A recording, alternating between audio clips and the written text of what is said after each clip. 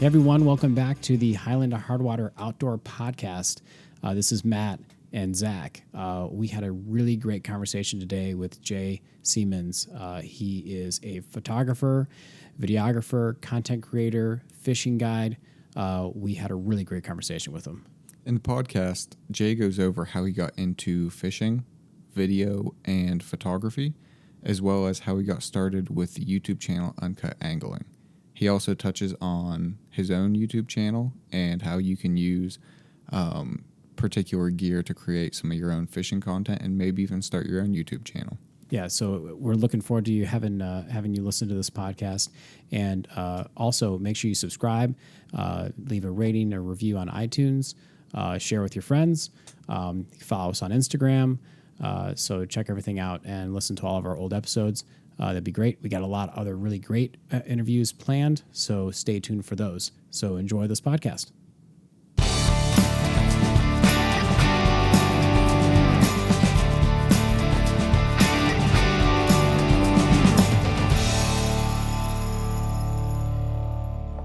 Hey everybody, we want to welcome Jay Siemens to the podcast. Jay is from Altoona, Manitoba, now living in Kenora, Ontario, and is a photographer, videographer, content creator, and fishing guide. We're excited to have you on, Jay. How's it going? Good. How are you guys doing? Doing great. Good. Thanks for having me. Absolutely. So what are you up to right now? What? With your fishing? Well, you know what? I make a lot of YouTube videos, and with every trip I go on, there's some editing that has to happen. The YouTube videos don't make themselves. So unfortunately now I'm stuck in front of the computer. So, I mean, I would love to be on fishing trip after fishing trip, but sometimes you gotta pay your dues and edit the footage that you collect. So that's what I'm working on right now. Yeah, we completely understand that. Yep, Yeah. absolutely. Yeah, that's awesome. So just to get started into the podcast, to get to know a little bit more about you, just kind of how you got started into fishing and other outdoor sports when you were younger or from childhood. Yeah. So my parents were never big into the fishing scene. I mean, a lot of people, it's their dad that gets them into fishing, but for me, it's my grandpa. My grandpa was just, he was a diehard. He'd go as much as he could. There's one specific, yearly trip we would do to, we'd rent a cabin at the local lake, and that was something I look forward to, every year.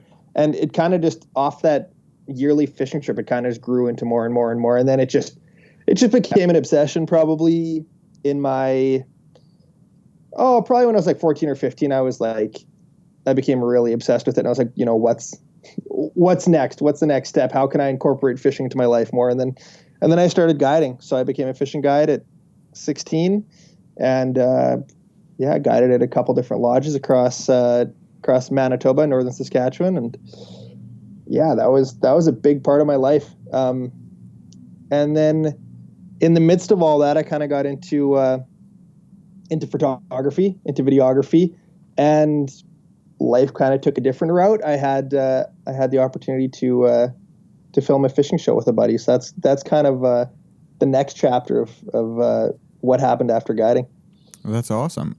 So were you already into photography, or did that kind of come as a result of your fishing? No, it came as a result of the fishing. Like, fishing was my first passion.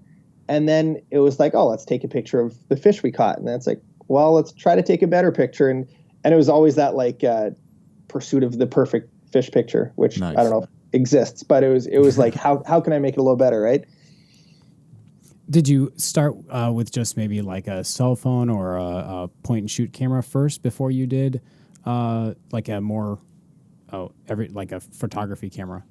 Man, I'm only 27, but this makes me feel really old to say, but it's like camera phones just weren't even a thing when I was getting into fishing. I know that's only like 10 years ago, but now the latest iPhone takes amazing fish photos, right? But I probably have a couple flip phone fish photos, but no, I just like a cheaper Canon point and shoot. But I guess the turning point was my high school graduation present was my first DSLR camera, a Canon Rebel. Cool. And that's, nice. I think, what a lot of people have started with DSLRs is the Rebel series. Yep. And that's what I suggest people to start with, because you learn the different lenses, you learn the mechanics, learn how to shoot it in a manual setting, and you kind of learn the fundamentals. But that was my grad present. So yeah, Cool. That's kind of where it took it to the next level. Yeah, that's kind of where I started too, was the Canon Rebel. Nice. Yeah. So the video part of that, did you just kind of start with the YouTube channel and just kind of wing it from there, or had you been shooting videos before that? What was kind of the progression there? Yeah, I'd played around with the video a little bit, but I mean, the big turning point, I took a year off after high school. I was like, I'm going to be a fish bum. I'm going to tour around, fish as much as possible, go back to my guiding job in the summer. And so I took the year off for fishing. And then I was like, okay, I should go to school for something, even if it's just general courses. And I was like, I like photography. I found a photography school in Winnipeg. And I was like, it's a 1-year course. Even if I don't use this, even if I don't go into this professionally, it's like, it's something I can use. Photography is a great skill to have regardless what you're doing. So I was like, I'll sign up for photography school. So I signed up, paid my tuition, got an apartment in the city. And I was on one last fishing trip, one last hurrah before I was going to go back to school. I was on Lake of the Woods, and a longtime friend of mine, Aaron Weeb, he's like, oh, can I come fishing with you? And I was like, yeah, sure, you can come. So he came out for the last day of the trip. And we wrap up the day of fishing, and we're at the cabin, and he's like, I want to show you something.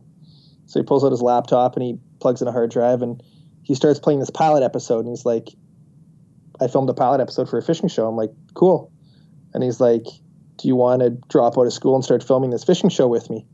And I was like, I got no video experience. I'm like, I have some photography experience, but video is just foreign to me. And he's like, no, it's all good. We'll figure it out, learn it as we go. But he's like, I want to pursue this full time. And Aaron was someone I looked up to.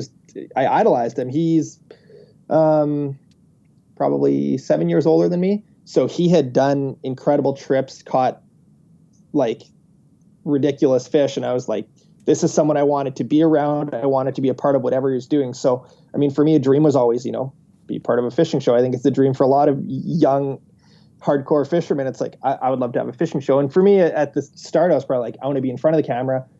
But once this opportunity came, I'm like, I don't care what my role is. If I have to hold the camera, I'm like, that's cool. I'm good with that. So that was a huge turning point. I called my parents. I said, I'm not going to school. It was 3 days before classes were supposed to start. And I'm like, nope, I'm not going. So if you before we get to high school though a little bit and coming out of high school and starting on this fishing show, did you take a lot of were you like an everyday fisherman? Would you go out fishing every weekend or did you start fishing more often as you got older? What's some more history about that? There's actually kind of a funny story about that, but I was a pretty nerdy kid growing up, and I had a Excel spreadsheet. It was my fishing log. So every day after I'd go fishing, I'd have my little logbook. And the 1 year I was just keeping track of my how many days I'd gone fishing, and I was like, oh wow, I've gone fishing for 15 days in a row this season so far, and I haven't missed a single day. And I was like, that's cool. Maybe I should see how many days in a row I can do this. So yes, I think it was probably 15 or 6. I think it was probably 15 or 16 at the time. I'm like, okay, I'm going to see how many days in a row I can do this. And to add extra pressure to it, I was like, I need to at least catch one fish every day for it to count. Nice. So the first year, there were some ups and downs. There were some times where I was laying in bed and I realized I hadn't caught a fish that day, and I had to go hop on my bicycle and go over to the local pond and catch a fish. But the first year I did 154 days in a row. Wow. So I was pretty happy with that. I mean, yeah. I wanted to fish as much as I could, and it was a little easier when I was, whatever it was, 15 or 16, because I didn't have responsibility. And the next year I'm like, okay, I'm going to beat it. So the next year I think I ended the count at 200 days in a row. So wow, I can guarantee you I haven't fished that many days consecutively since. But I mean, when I was 17, that was perfect. It was like I would bring my fishing rod if I had a baseball game out of town, or if we'd family vacation. Mom and Dad, can you drop me off somewhere for a couple hours? And so, yeah, completely obsessed. And I would fish wherever I could. So, I mean, fishing was definitely the first passion, and then the photography kind of came on later. But yeah. Nice. Do you have a particular type of species you like to fish for? What's your favorite?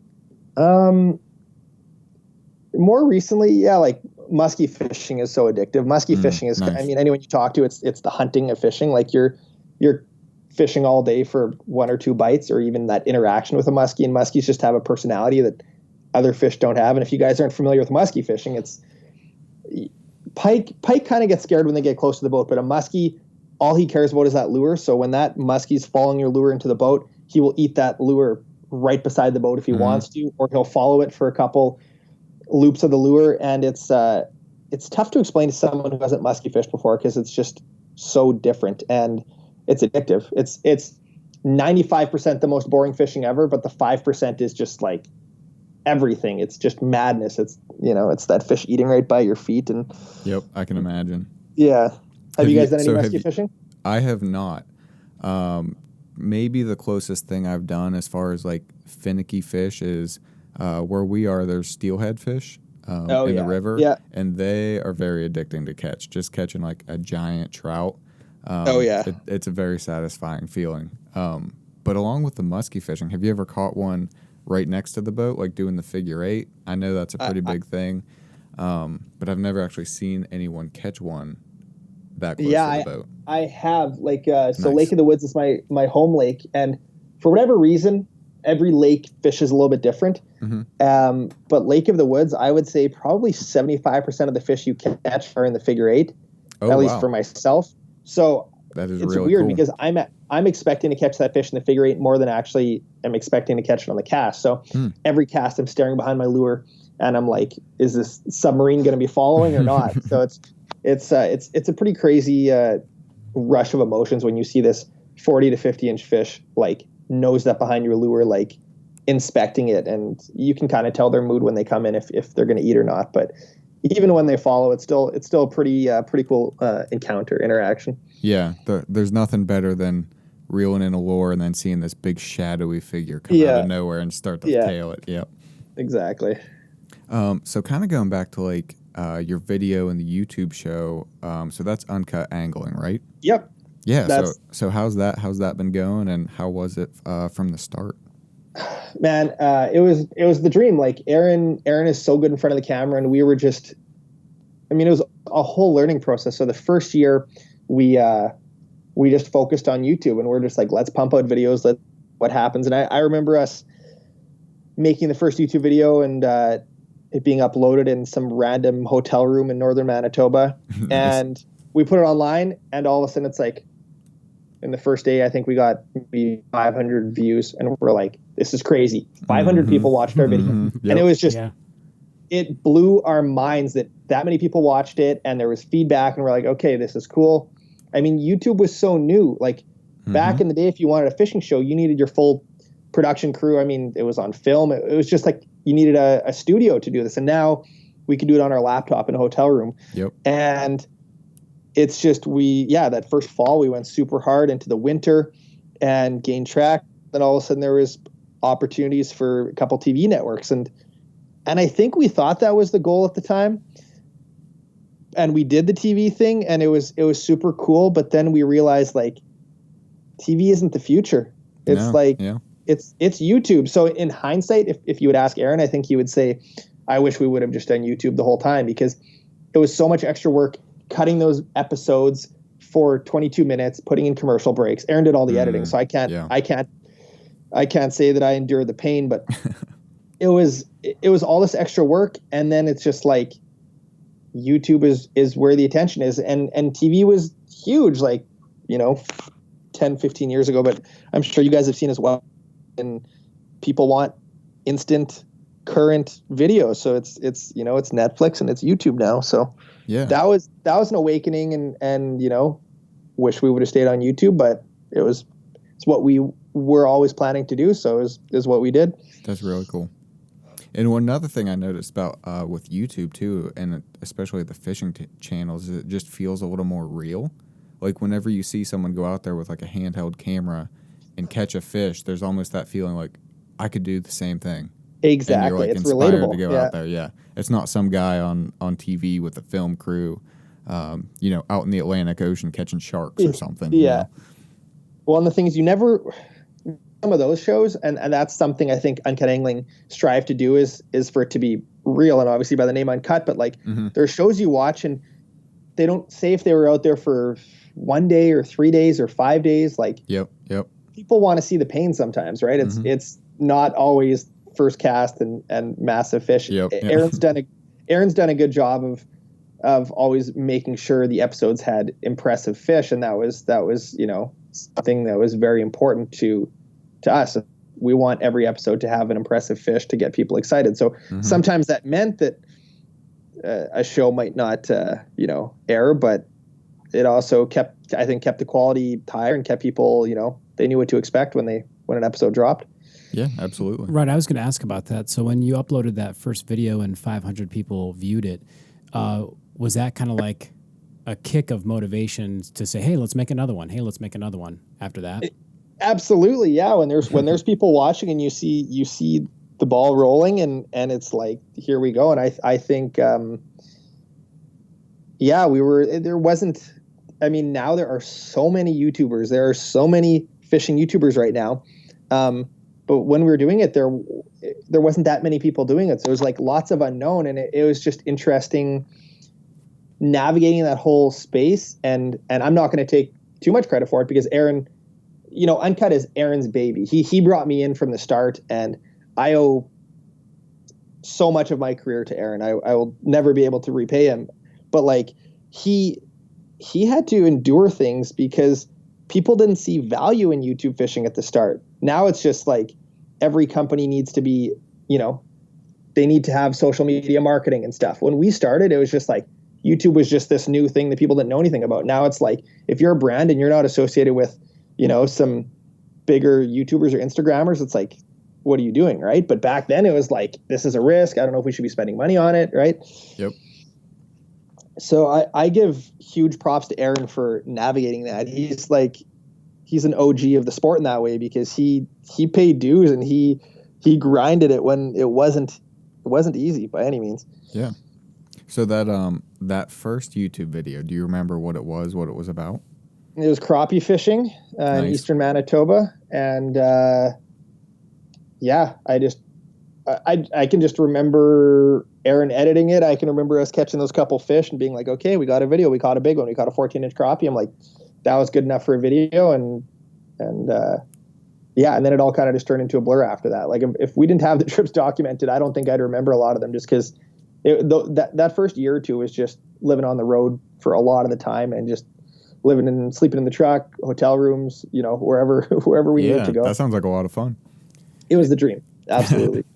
And so that's like the Uncut Angling channel story. And then you have your own channel too. Yeah. So, I mean, as I was doing Uncut Angling, it wasn't completely full time for me. I was still doing the fishing guiding thing. So essentially I would take off for June, July, August, go work at the fishing lodge. And then I'd come back and be filming with Aaron all winter and spring. And then in the meantime, with all that, I was like, well, I may as well start marketing my own media business on the side. So I started J. Siemens Media Production. So I was shooting weddings, shooting corporate stuff, whatever I could basically to pay the bills. Because with doing this Uncut stuff with Aaron, it was always very spur of the moment, very last minute, very like, okay, Jay, can you be 3 hours from home tomorrow morning? And we're going to go. I remember one specific trip that Aaron had seen a very big muskie on Lake of the Woods, which is like a 3-hour drive from my hometown. And he's like, can you be here for sunrise tomorrow? So I just remember hopping in my car and getting there at like 3 a.m. and I was hitting the water. And it was stuff like that I needed to be flexible because didn't know what was next. So yeah, then I was building my own media business on the side and eventually came to the point where it's like, okay, I can't guide anymore. So I'm gonna pursue photography and Uncut as much as I can. And I don't know. I think some people might be like, did Jay and Aaron have a falling out? And it's not that way at all. We're still best friends. Just as my business grew and I needed to book shoots, sometimes I'm booking shoots 3, 6, 18 months in advance. So it's tough to be able to do that spur of the moment, last minute stuff when I'm also booking stuff further in advance. So it just worked out that Aaron did a little more self-filming and I was doing more production type stuff on the other side of things. And that's kind of why Aaron and I don't film as much together as as we used to. Gotcha. Yeah, that makes sense. Yeah, because sorry, no, go ahead. ahead. Like with the production stuff and your own media company, where Yeah. did you learn most of those skills with like the editing and post production? Was that from producing Uncut and the TV show, or was it your own YouTube channel, or as you took on more clients and freelance stuff? I think a combination of all that, but like whenever I had a question, YouTube was the place I went to, or there's a couple other photography websites. But I mean, I've definitely discouraged a couple photographers or videographers from post-secondary education just because that photography school that I was going to go to, the one that I backed out on the last minute, I remember one of their courses was darkroom photography, developing film. And that is something that I've never once needed. If I would have gone to school, I would have spent a month doing that. And it just wasn't relevant to me. I'm not saying that post-secondary isn't good for some people, but for me, it was like, I wanted to learn outdoor videography, and there's no better way than actually doing it. You just go do it every day, and you're going to figure out tips and tricks. Obviously, you need mentors and resources along the way, but it was just, self, I don't want to say self-taught because there's a lot of mentors, but just a lot of online research, a lot of trial and error. And that's kind of how I figured out how to do it. But I mean, everything you want to learn is online right now. So yeah, definitely. So, and then go ahead. No, I was just going to ask about, so on your channel, as it's grown, when did you start your channel? And then how quickly did you see a lot of engagement on that as well? Yeah. So you know what? I had never, having my own channel was never like a big thing at the top of my list. I just saw there's not many people doing, YouTube in our area, and now living in Northwest Ontario, there's no one really doing the YouTube thing. So I kind of saw an opening for that, and I'm like, you know what? I would love to document trips for my own trips. I think I have a very poor memory, so I'm like, if I can document my trip and it's something I can, relive 10, 15 years, show my kids one day, I'm like, that's where I find the biggest value. I think it's amazing that people are watching, and if I can teach people the way that I learned off YouTube, that's the best. But I mean, a little bit selfishly, I like reliving these memories, and I think it's cool to, have these trips with, I did a YouTube video with my grandpa recently, and he's pretty old. So it's pretty cool to have that memory, right? And family fishing trips and all this stuff, right? So there's different aspects to it, but when it was like almost a journal for myself, and then it's also, on the other side of things, it's also a creative outlet, because when you're shooting for clients, which I'd done obviously a ton of, you're very confined.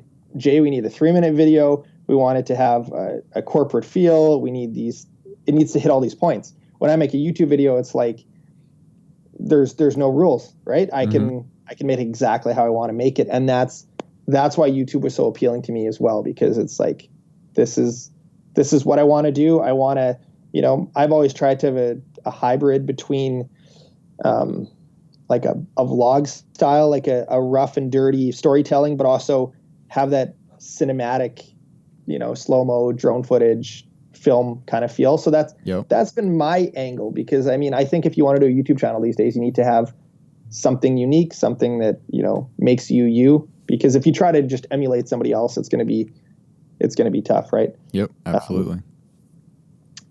And go ahead. I was just going to ask, along the lines of you kind of documenting and almost vlogging, do you have a favorite fishing story or a catch, or maybe even like a video that you produced that you keep going back to and is kind of like one of your favorite memories? Favorite fishing memory. I'm trying to think. One of my favorite Uncut Angling videos, and I think it might be a fan favorite as well, but Aaron and I delivered fishing rods to a northern reserve in Manitoba Reservation. And it was a 60-mile, first it was like a 17-hour truck drive, and then a 60-mile boat ride, and we slept in the boat. And we delivered these fishing rods to this school, and it was just such a unique trip. And I mean, I think if you watch the video, you get a feel for it. But it was just something that let's go and try and do it. We'd never been here before, and it's that whole adventure aspect, because big fish are cool, but it's also as cliche as it sounds, it's getting there, right? It's the journey, and Yep. we didn't know what we were in for, and having that documented is pretty cool to watch back. I'd be lying if I didn't say I opened up the Uncut videos once in a while and watched them just to give me the warm fuzzies, because there's some cool memories there, like over the years, and it feels like it just started yesterday, but I think the channel started 2011, so that's Nice. That's a couple of years already. Yeah.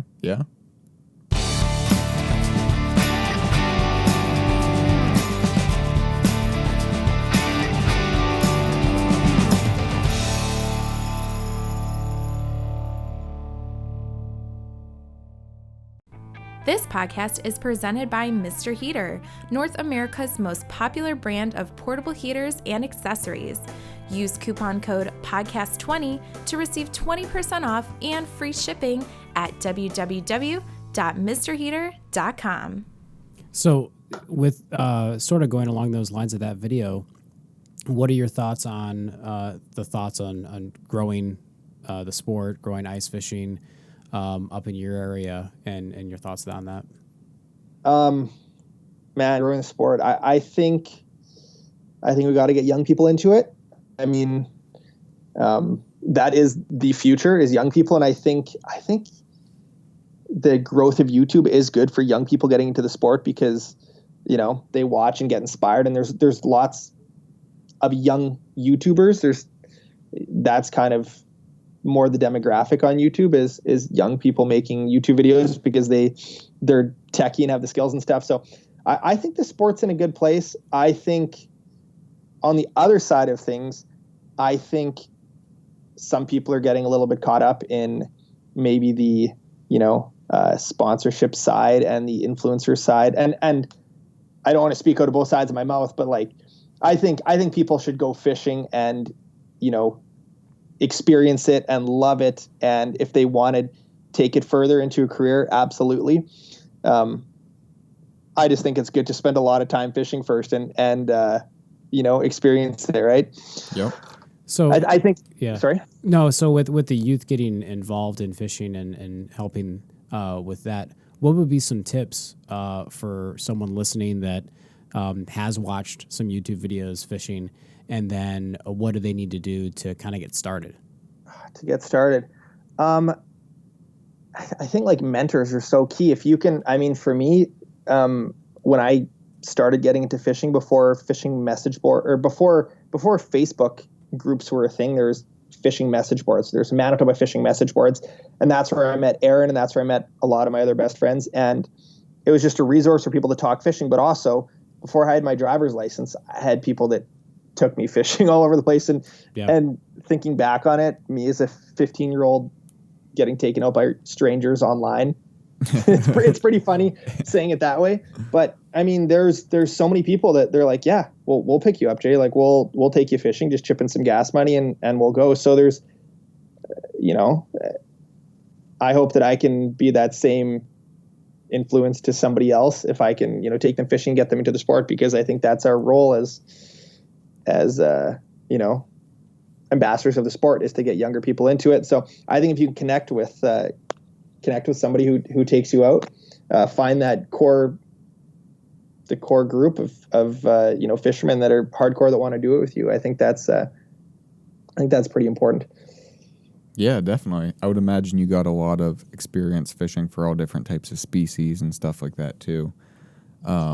Just fishing with a bunch of different people, because I would imagine they each have their own kind of like niche or favorite way of fishing. Exactly. Everyone has their style. Everyone has their thing they like to do. If it's walleye fishing, if it's bass fishing, but every time I go fishing with somebody, I learn something new, and that's one of my favorite parts of my job is I get to travel and meet these anglers, and everyone's got their little tips, and I mean, people are willing to share. Obviously, there's tight-lipped fishermen out there, but overall, people are very willing to share, and we all learn somewhere, right? Like I learned so much from Aaron, so much from YouTube. So, and it's just like, if I can repay them, that's part of the reason I wanted to do YouTube as well. Is like, I want to give that free info back to people. So that's kind of one of my goals out of all of it. So what? So we went over some tips too, but what is some of the gear that you use, or some of the gear that someone would need? And I think it's really easy to get caught up in gear. And that being said, I love gear and I have way too much camera gear. But I mean, I think it's an excuse when people are like, I don't have a drone, I don't have a good camera, I don't have this. It's like the stuff that you can do with iPhones right now is just insane. Like the stabilization that's built into the iPhone and the slow-mo you can do on an iPhone. Like I have a I don't know, a brainstorming list of future videos. And one of them is film an entire YouTube video on your iPhone, because I bet you I could film a YouTube video on my iPhone and maybe 70% of people wouldn't know it's on an iPhone, just because the quality's so good and it's so much in the editing and you know, the post-production that you don't need crazy gear. If someone wants to get started, I mean, I tell people a GoPro is fantastic. I mean, for $500 you get a GoPro and you can do so much. Like you don't need to have a $8,000 slow motion camera. It is nice, but you spend a lot of money to get that little bit better, right? So it's you work with what you can. I know people that have, you know, way less expensive gear than mine, but they're making brilliant, better than my stuff. So it's like you just work with what you have, and I think it's really easy to get caught up in the trap of gear. Yep, definitely. And a lot of those cameras, like a GoPro, you could just do that editing from an app. Exactly. You can do. There's a couple YouTubers I know, and they just shoot everything on their iPhone, and they edit everything on their iphone. They upload it on their iPhone, awesome. And it's like, man, what am I doing? I'm here with all this camera gear, and it's like, so it's interesting. I think if you're willing to just, you know, pay your dues and practice editing, and your first 10,000 pictures are going to be, they're probably going to be bad. And then, you know, maybe around your 30th or 40th thousand picture, things will start clicking, right? But I mean, I can tell you, I have hard drives and hard drives of very bad footage and very bad photos. And it's just like, you know, if you look back 4 years ago, then it's like, we were all there. We all started there. So I think the key is not to be afraid, especially if you want to share it with the world. Like, I mean, you got to realize we all got to learn sometime. Yeah. So how about fishing gear? So what did you start out with? What was your first rod and reel? And what are you using now? What do you enjoy the most? Man, what did I start with? I think I had like a $50 like a Mitchell spinning combo, or nice. I probably had like, my first was probably like a spin cast, like a push button Zebco or something. I think that's what everybody started with. Oh yeah. But now, I mean, every company, the gear has just gotten so good in the last couple of years that it's like, if you're spending even $60 or $70 on a reel, you're getting a reel that's like top notch that anybody could fish with, right? So it basically what you're paying for is durability, how long it's going to last. If you're going to spend, you know, $150 on a spinning reel, it's probably going to last you for the next 5 or 10 years. So, I mean, I always tell people, buy the best you can afford within reason. I mean, there's that top tier of gear that you spend a lot of money to get a little bit better, and sometimes you get better warranty. But I feel like especially starting out too, like if you can cast and you can reel it in, it's probably good enough. Yeah, exactly. And I think if you're going to spend money on the reel. The reels, rods. I think if you're going to cheap on something, cheap on the rod and buy a nicer reel, because you want a good drag and everything. And that's probably going to go before the rod. Yeah, I don't know. There's kids that go out and film, you know, all these. There's lots of YouTube videos filmed on like Barbie rods and stuff. And they're catching ridiculous fish, right? So it's like right there. That's proof. It's like you don't need a. You know, I've fished with the highest end rods, and I mean, if you blindfolded me and you put a $100 rod in my hand or an $800 rod in my hand, maybe I'd be able to tell the difference, but. I mean, they even have competitions around here where it's a Barbie rod competition, and it's who can catch the biggest steelhead on a Barbie rod. So just goes to show that you can catch them on just about anything. Yeah, exactly. Yeah, that's awesome. Well, Jay, thanks so much for talking with us today. But before we let you go, how can people reach you? Your Instagram, YouTube channel, all the things you're on social. If you, we'll put it all in the show notes too. But if you want to list them off. Awesome. Well, I appreciate that. Yeah. So my YouTube channel is Jay Siemens. That's where I post a lot of my trips, adventures, Instagram as well. And then my production company, I've actually, it rebranded last year. It's called Thrive Visuals. And that's where I do right now about 75% of my time is dedicated to YouTube videos. But the 25% is dedicated to productions for other companies, corporate type stuff. So that's all through Thrive Visuals. So those are kind of the two channels you can find me. And cool. Shoot me a message. I love to help people out. So if anyone has any camera related questions, fishing related questions, I'll do my best to point you in the right direction. Do you still do some guiding or anything? You know what? I don't. I do miss it. It was something I love to do, but kind of got to choose. So yeah, when I have time to take people fishing, it's usually my family and friends. So yeah, nice, cool. And you guys, if you come up to Lake of the Woods, yeah, definitely, awesome. Well, so thanks so much for talking to us today. We really appreciate it, and we'll talk to you later. Awesome. Thanks guys. Thanks for coming on, Jack. Have a good one.